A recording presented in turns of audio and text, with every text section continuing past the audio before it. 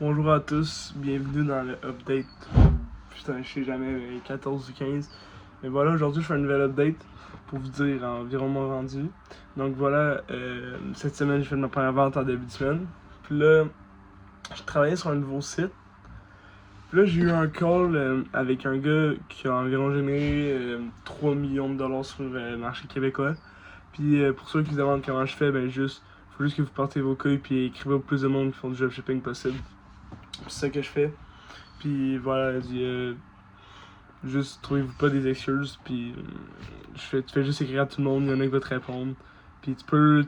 Toutes les questions que tu te poses, tu les poses à eux. Puis si c'est trop bizarre, on s'en va les couilles. Puis sinon, ils répondent, ça t'aide tellement. Puis c'est ça. Donc là, j'ai eu un appel qui a duré environ 30 minutes avec un gars de un professionnel en fait. Puis c'est ça. Je travaillais sur un nouveau produit. Puis il m'a parlé, et on parlait un peu, puis là, il m'a parlé des bannissements Meta. Puis comme, sur le produit que je travaillais en ce moment, ben là, il risque de se faire ban parce que c'est un produit, je le dis maintenant, j'en vais les couilles.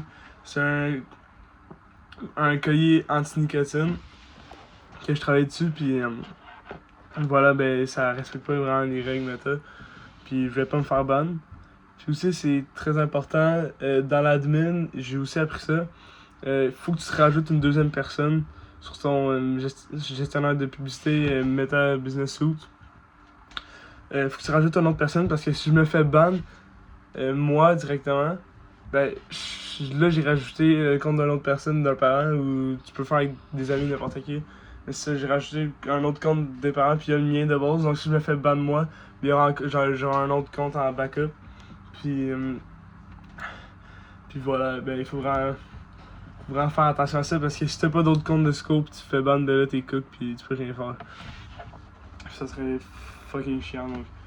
Vaut mieux l'éviter, si je peux l'éviter, ben je vais le faire. Si je peux l'éviter, je vais le faire. Pis c'est ça, donc là, voilà, maintenant je sais ça. Je sais ça. Puis là, je travaille sur une nouvelle boutique. Un bon produit aussi, c'est le meilleur produit que j'ai fait. Je vais le vendre en France encore. Puis c'est ça, j'ai cook la boutique, c'est fou. C'est vraiment la meilleure boutique que j'ai fait, de meilleure que l'ancienne. Le produit est bon, puis c'est ça, j'ai vraiment cook la boutique. Je vais essayer de chercher des ventes là-dessus, puis être rentable. Sérieux, je serais rentable, je serais tellement content. Si je hit une journée à 100$, je serais fucking content. Mais honnêtement, ça se peut totalement que j'aille pas de vente. Puis c'est pas grave. Puis désolé de vous dire tout à fait. Ça se trouve, j'aurai pas de vente. Mais au moins, j'aurai encore appris. Moi, je pense, si je fais des bonnes créatives qui attirent l'attention puis qui fait cliquer du monde, je vais avoir des ventes. Donc, c'est ça. Puis, je vais un peu ajuster ma technique de testing. Donc, voilà, ma dernière elle a marché. Puis, je vais encore ajuster pour qu'elle soit encore meilleure. Donc voilà, c'est tout pour cette vidéo-là. Si tu veux suivre encore le parcours, ben tu peux t'abonner puis liker. Puis sinon, aujourd'hui, je vais poster une autre vidéo. Je vais dire ma stratégie de testing que j'ai en tant que débutant qui m'a permis à faire ma première vente.